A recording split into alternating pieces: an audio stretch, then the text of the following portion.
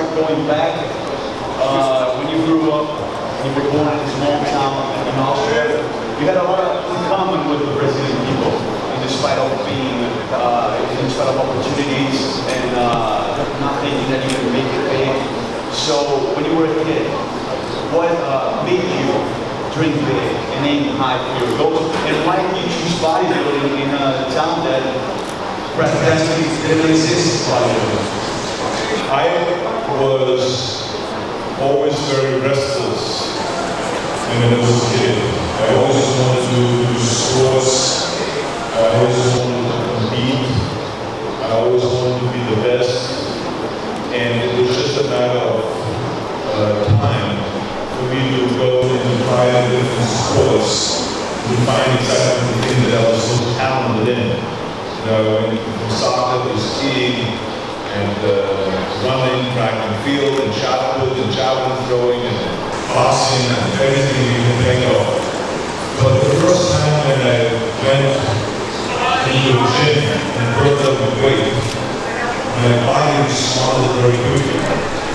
And so I got feedback right away from people saying, you have a great talent. You've been here for 2 months and your bench press doubled the weight and then you came in here, look at your body growing.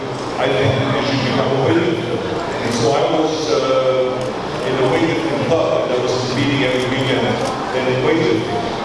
And one city against another city. And we had a great time. And then eventually I started venturing out in the bodybuilding. And I happened to pick up a magazine that had Rich Park on the cover. Rich Park was at that time a 3-time Mr. Universe. And he was at the cover and it said, Mr. Universe becomes star of Hercules. And I said, wow, you become a bodybuilding champion and then you can get into movies and become Hercules. That is fantastic. It's a whole other thing. So I started really emulating and started doing everything that this guy Richard Park did in his magazine. Exactly his training routine and followed everything exactly like he did. And so I became obsessed. But I think that your question, why was I so obsessed, is a really good question because I think it had to do with just, being the second child and the father was always kind of older than me, was ahead of me, physically and mentally. And there was the competition also that my father created in us too. And so it was still competition at home and then also in the school and everything. That just became very competitive. And the need to get out of Austria was enormous. Because to me, Austria was kind of a little country and I felt like I wanted to be in America. I wanted to be in a country of opportunity where people become big stars and get rich and famous. And so that was my motivation. For that, I trained 5 hours a day to become a bodybuilding champion and eventually make that be the ticket to America. So this is where my obsession and my will and my hunger, my desire, the fire, and the belly, everything from that. And a lot of people could take those kind of things and just be turned down and you need motivation out there. So when you said I was going to the gym, you said about 5 hours a day. And back then, you probably you created about bodybuilding as you go. You went to the gym, you had to split the pre-workout thought, and you just went out, you were playing, you practice, and then you kept notes of how you felt the next day. If we think of all of that experience you had, do you believe in overtraining? Well, I always overtrained. Because I just felt like, this is a question that I think that a lot of people here want to know. What do you think about overtraining and what do you think about rest day? I was the kind of a person that was doing 30 sets for biceps, and 30 sets for triceps, and 30 sets for chest, and for back, and everything was 30 sets, and sometimes it was 40 sets. And I knew that it was overtrained, but that created kind of a definition of muscle separation, because in those days, we did not have kind of the know-how how to do the dieting and all that, because I did not have the information at that time. So overtraining was kind of a way of kind of burning off the extra calories and getting defined and getting the definition and all that stuff, and the muscle separation. But it never really hurt me because I felt like, one day a week I laid off, and Sunday I didn't train. And so that was kind of the time to relax and to rest and to recuperate the body. But I always believed in a lot of sets, and I always believed that the muscles have to be kind of attacked from all the different angles. So that when you train, for instance, back, you cannot just do chin-ups. Because chin-ups will make your lats wide, but it doesn't make them thick. So then you have to have an exercise, rowing exercises, that makes your lats thick. But that doesn't make your lats thick on the bottom and on the top and on the outside and the inside. But then you have to do two, three different exercises. And so this is how it adds up for the exercises, and all of a sudden you do 6 different lats and back exercises. The same is with the biceps, the same is with the thighs, with the chest, and with everything. You have to hit all the different parts in order to really get a full development. And even on the top level of competition, you still see some people not having certain areas developed because they're doing a limited amount of sets. And the day it's more popular to do like 2 hours of working out or 2.5 hours of working out. In my days, it was 5 hours of working out. Who was your baddest and the most mean training partner? The guy that you destroyed you in the gym? Well, I use different training partners. Sometimes different training partners for different body parts. Like, for instance, I really love training with Frankie Colombo. Frankie Colombo was my training partner for many, many years, and I met him in Munich when he was just a boxing champion and a powerlifting champion. And he was perfect for me because he inspired me to do powerlifting. And so I got really good at bench press and then the squats and deadlift. And we were always competing in deadlift. He was lifting over 700 pounds on the deadlift, and I was lifting over 700 pounds on the deadlift. And we both were competing in powerlifting, except he was a light guy. He only weighed 180, and I weighed 240. So for me to do the same way as him was embarrassing. So it was kind of inspirational to me always to train with him, because Frank could do bench press over 500 pounds. He could do squats with over 600 pounds. He could do this, deadlift over 700. So he was an extraordinary strong man. He would do lateral raises with 110-pound dumbbells. So it was crazy the kind of power that he had. He would blow up a hot water bottle, in his mouth and just blow it up with his clothes. He could bend steel bars that were like 3-4 inches thick, and just bend them around his neck and put in his teeth and bend them with the little bend. So it was like a phenomenal guy, and I really loved working out with him because it was just really inspirational. But there were other guys that trained with for chest training and for back training. Frank also didn't like to go back twice a day. I like to go in the morning working out and then also in the evening. Frank sometimes also skip the evening workout. And so I had to find other training partners to train with me in the evening. So I used many different training partners. And the idea always was to compete with each other. I think that's the whole idea of having a training partner. So that when you have a day that is kind of down, and when you're not as enthusiastic, or when you're not having the energy, or you're tired, that training partner has the responsibility then to pick you up and to count out the reps and to say, you can do 2 more, come on, don't stop now, give me 2 more, let's do the 4 reps and so on. So that's what a training partner is supposed to do. I hate the kind of training partners when you do your reps and they count out and say 4, 5, and then they look out the window, 6, 7, 8, very good, 9, 10, and they don't even look at you. Then you know that they're not really into it to help you. They're just here to fulfill an obligation. Those are the kind of training partners I don't like. So I always pick good training partners that really wanted me to succeed and to do the extra rep. They wanted me to go and kind of punch through the pain barrier and to get there so I grow and I win the competitions. And I did the same with them. I did the same for them. So that's the idea of training partners, to push each other all the way. How did you manage to decide the diet back then? When you didn't have the information, you didn't have the right amount of supplements. How was it? Well, I think, and I still think today, that people overdo it when it comes to food supplements. They think they have to take a pill when they go to sleep, and they have to take a pill when they wake up, and they have to take a pill before lunch, and then they take another pill after lunch, and all of this stuff. I think if you take the important vitamins and minerals every day, twice a day, and if you take your food supplement, your protein supplements in between meals, I think if you do that all the time, and I've been doing this since the time I was 15 years old, and mix every day, twice a day, my protein supplements, a protein drink. And I put in the beginning when we didn't have the modern supplements, I would put in yeast powder, which has a lot of vitamin B, but it stinks like hell.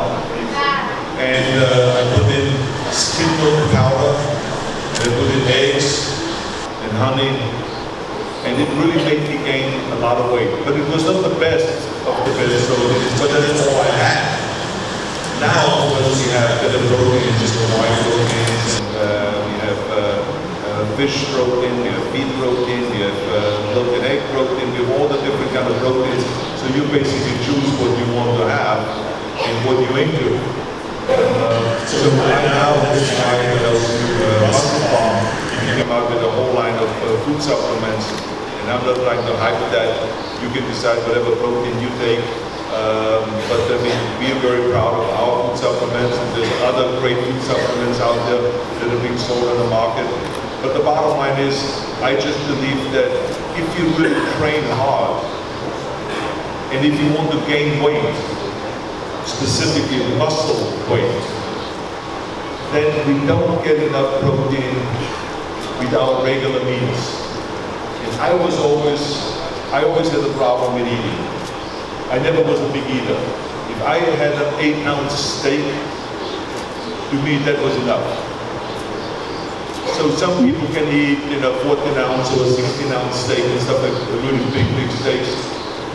But it doesn't even help you because the body can only take so much. So it is more important to eat many times a day. And this is why when I woke up in the morning, I had a protein drink. Then we would go to the gym, and by the time I got to the gym, we digested, then we worked out, then we had breakfast. Between breakfast and lunch, I would have a protein drink. I would have it in my school bag, and I would shake it up with milk and with the skim milk powder or some milk protein or milk and egg protein. I would shake it up quickly like a mixer at the bar, and I would drink it in school. This way I got another 30-40 grams of protein into my system. And then I would have lunch. And then between lunch and dinner I would have another protein drink. So I had protein throughout the day, every 3-4 hours. And I think that's an important thing to have in order to really gain muscular weight and to really make the body respond, the muscles respond to the training. Because you can train all you want, but if you don't feed it the right amount of protein, the muscles can't grow. So that is the bottom line. And I don't know, we all watched something out of how you cosmetics or do very mentally in your organization. How much of that is good for you and how much is mental? I think it is mental, because every move that we make comes from your brain, comes from your mind, and the willpower comes from your mind. The visualization of your goal, where you want to go, and you see your body as a finished product, it's all comes from your mind. And you cannot create a perfect body if you don't see an image of yourself as a perfect body. Because if you just train, how does the body know which direction to go? It's like you can have the best gym in the world, or the best airplane in the world, but if the captain or the pilot doesn't know where to go, going to drift around all over the world, and you're never going to end up exactly where you want to go. And the same is with the body. You've got to envision yourself with big biceps. You've got to envision yourself with huge triceps and see the perfect tricep pose.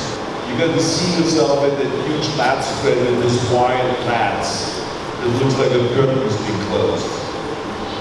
And you have to envision yourself with this huge rib cage and in this vacuum. You show the rib cage to the judges, like, look at the chest I have. I mean, you've got to see all of those things very clearly in front of you. And it's no different than when a ski racer, when you talk to Franz Kramer, who won the Olympics in downhill racing, in 96 miles an hour. When you ask him how does he make it through those gates at that speed, he would tell you that before he goes to the gate, before he goes to each gate, he sees it first. He visualizes it first, because it comes so fast, 96 miles an hour. Think about that, skiing at that speed. So they see it first. A tennis player will tell you, a tennis pro, that he sees the ball, wait before the ball comes. And he sees the return. They visualize people turning their eyes. They visualize. The same thing is bodybuilding, and the same thing is lifting. You've got to see all this thing first. It's seeing, believing, achieving. Those are the steps. When you see, you can achieve. And so without visualizing, this is why I am always emphasizing the importance of the mind, because the mind creates the body. And the mind creates everything. And also you go to the company, also it's an acting or it is a career or business or whatever it is, you've got to see it first. So that's the number one side. The number two side is the psyching out. When you compete with people, as you could see yesterday on the stage, when the bodybuilders were competing, there were a lot of opportunities for certain bodybuilders to outdo the others, but there were missed opportunities because they didn't use those opportunities. And you got to really know that when you're on that stage, when you're competing against others, how do you use your mind and how do you use then your body and really outdo the others? And to make it clear to the judges, I am the champion. And there's a whole way of doing that, and this is to do with the mind, not just with the body. I can guarantee you that I could have had each of the three bodies that were yesterday the top three. And I could have won in each one of those bodies without any doubt. Only because of the mind and because of what I would have done with these other bodybuilders in order to show their weaknesses and to show my strength. And this is just, this is one of the key things in boxing, in martial arts. You see it in sports all the time. The mind is extremely important. Don't just rely on the body. You rely just on the body, you're just relying on 50% of your potential. The mind is the other 50%. And now, which one of your career is your favorite shape when you're eat, when you're exercising? Remember which year or maybe a movie when you think you were at your best shape? Oh, I don't think there was any movie other than Pumping Iron where I was in my best shape. Because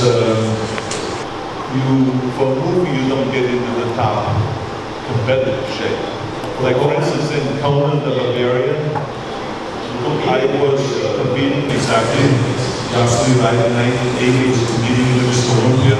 I was ripped, muscular and everything, and then I came home and the director said, when you watched me do the practice for the sword fighting, John Milius, the director said, you look too ripped.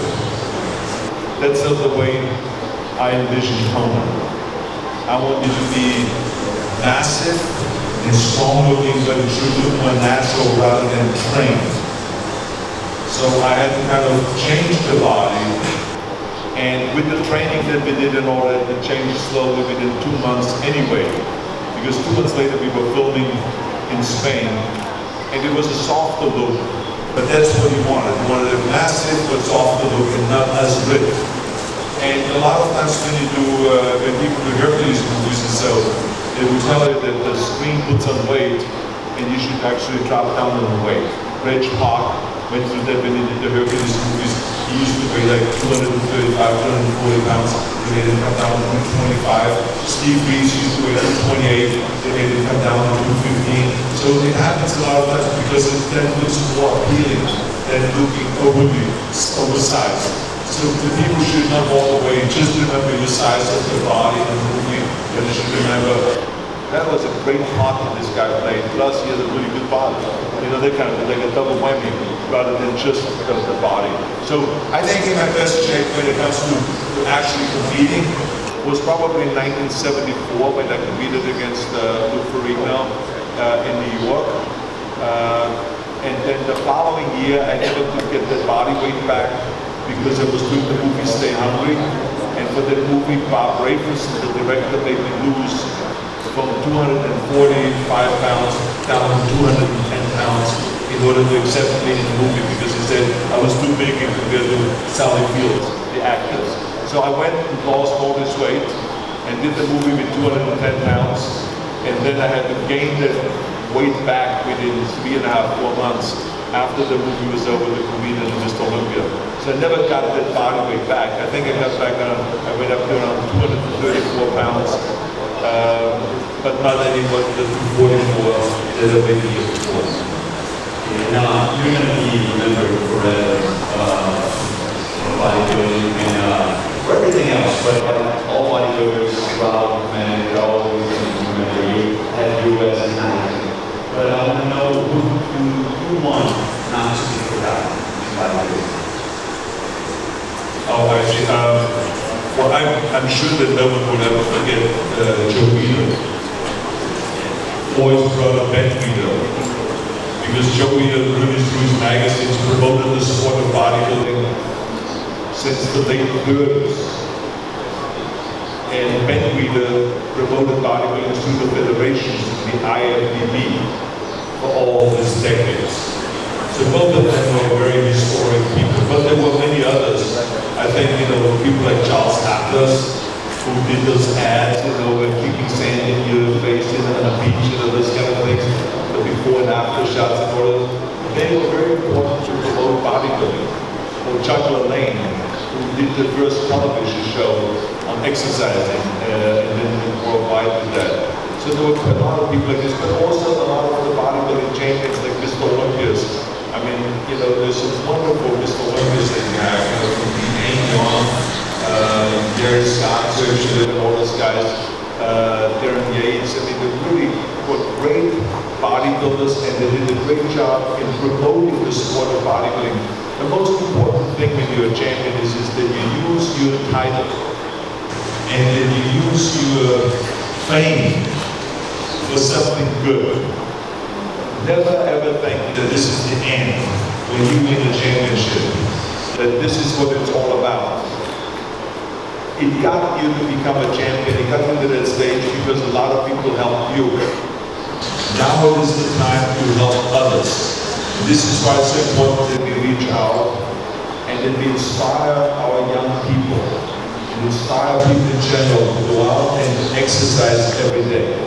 It doesn't matter which sport you do, if you do bodybuilding, weightlifting, martial arts, tennis, ping pong, whatever you want to do, but just go out and do something.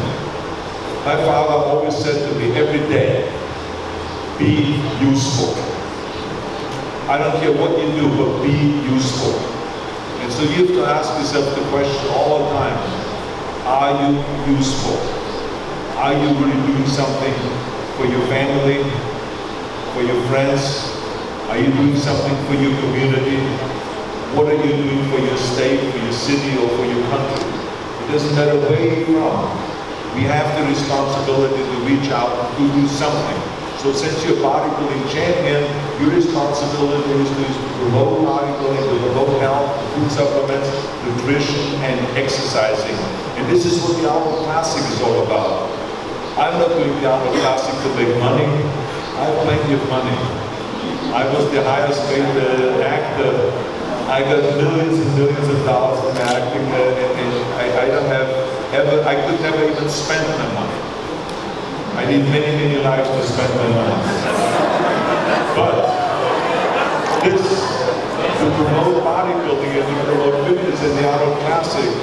a hobby, it is a passion. A passion because it is part of the health and fitness crusade. I've started that crusade 45 years ago, where I promised myself I would not just lift weight for myself, but I would lift the entire sport of bodybuilding, the whole fitness movement. I would do everything that I can to lift it and to popularize it. And today we have been very successful because today you can go to any hotel in the world and you will see a gymnasium. You can go to any university and you will see a gymnasium in the weight room. You can go to every fire station and every police station and they're working out with weights. You can go to every military base and they're working out with weights. Every athlete today can do martial arts, UFC fighting, mixed martial arts, boxing, tennis, javelin throwing, football, soccer. There's no difference what you do, they're working out with weights. So this crusade has been extremely successful, and we will continue on with the crusade to make sure that everybody benefits. Everybody benefits from good eating, and from good food supplements, and from good training. That is the bottom line. That is the mission. And that is the mission that everybody that is champion ought to have. This is another thing you want to talk about. I want to talk about your career. In the 80s, you started out hanging out in parties with movie stars, and you were the only bodybuilder that ever achieved that. And how did you start? How did you go from a bodybuilder to a cool, high guy inside the business to actually start your world? Well, I think that it was very fortunate that as some reason or the other, I always had the kind of personality that it could go out and sell things in a very convincing way. And so the interesting thing was when I went to America, it was only because bodybuilders were always shy. And they never wanted to go out and talk to the press. They never wanted to do interviews. They always felt like they got screwed by the press. That the press is out to get them. The press is misunderstanding them. And I said to myself, well, the only way anyone can misunderstand you is just because you haven't told them the story. All you have to do is just tell them the right story and what bodybuilding is all about. But by hiding in the dungeons, that's not going to take care of the problem. So I hired a publicist, and they started going on talk shows in America. And they started talking about bodybuilding. And of course, in the beginning, you can imagine when I answered the first question and the host was sitting there saying, I'm so shocked. I said, about what? He says, that you can talk. So, an insulting thing to say. But I didn't take it as insulting. I said, it was only making headway. He had just said something positive, that he's impressed that I could talk. So that's great. So it's a good beginning.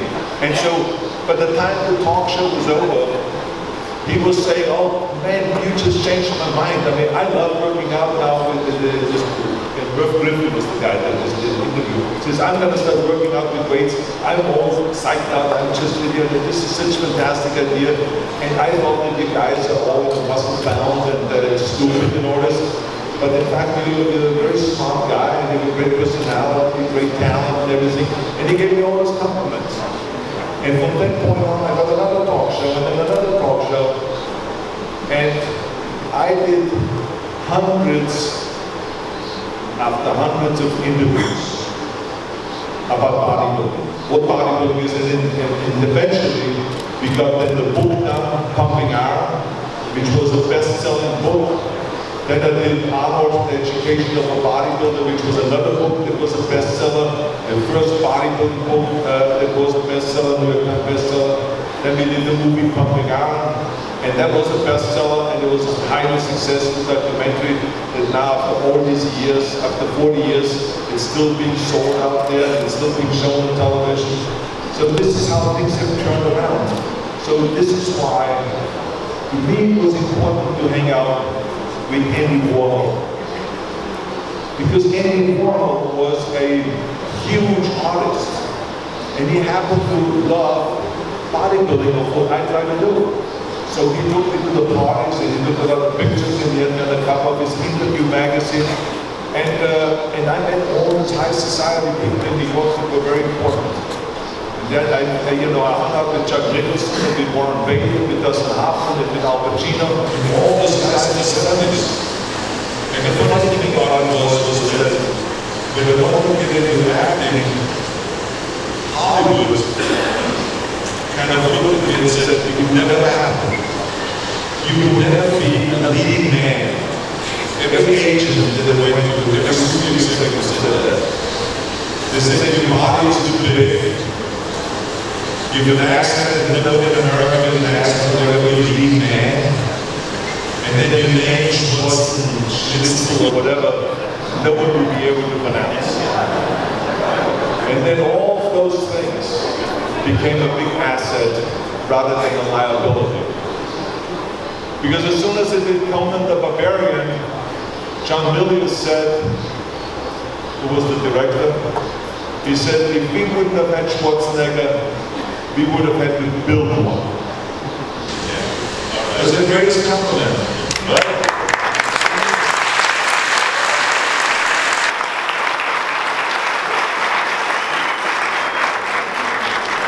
And when I did Terminator, Jim Cameron said, if we would have had Schwarzenegger with this accent, with this German accent, talking like a machine, we would not have been successful with Terminator. So all of a sudden, my accent was a big plus. And then all of a sudden it became in that if you keep your name, and if your name is very hard to remember, then it is also hard to forget. So then it became a new idea. And it's all the things that they said in your liability became an asset. And the rest, of course, is history. Now I have the most recognizable voice and accent and speech. People don't even have to see me, when they just hear me, they know it's Arnold. And so now comedians are imitating it in America, and they're having a great time with my accent. And it is a wonderful honor and pleasure to watch all of this. So the reason why I mention this to you is because one of the points to be successful is never listen to the naysayers. There always will be people out there that will say, you can't make it, it's impossible, it's a stupid dream, or you're shooting for too high, or this is just a fantasy. Or let it be a fantasy. Let it be a dream. But you have the power to make that dream turn into reality. You have the power, and don't let anyone ever stop you from making your dream become a reality.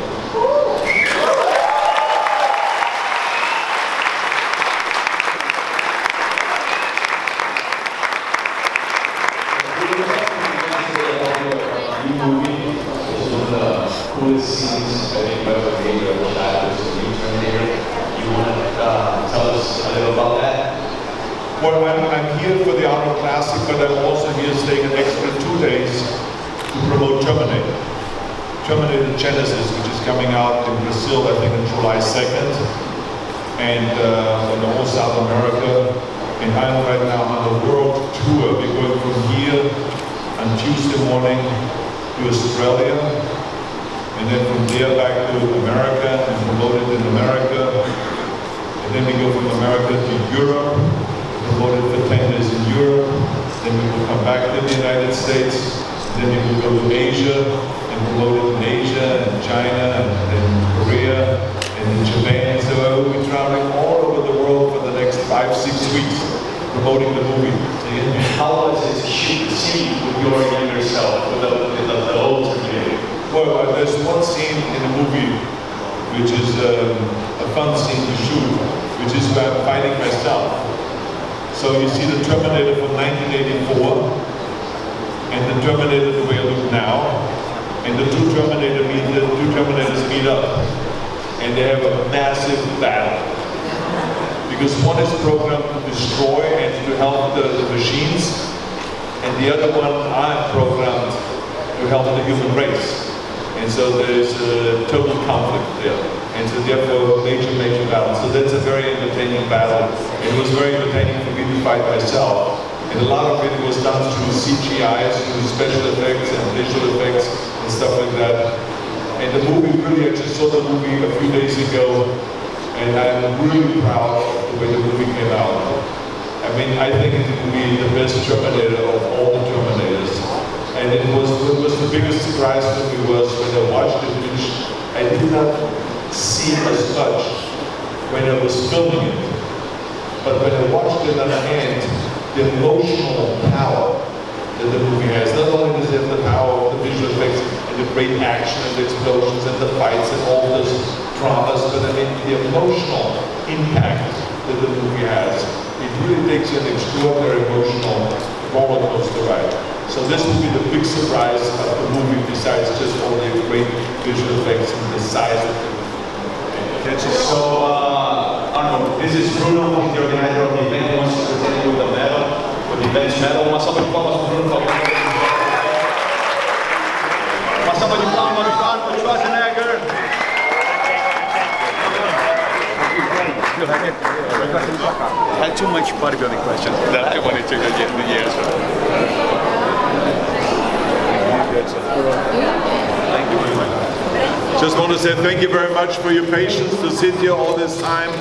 And I'm really looking forward to coming back again. And I'll see you all next year. Thank you very much. Hasta la vista, baby.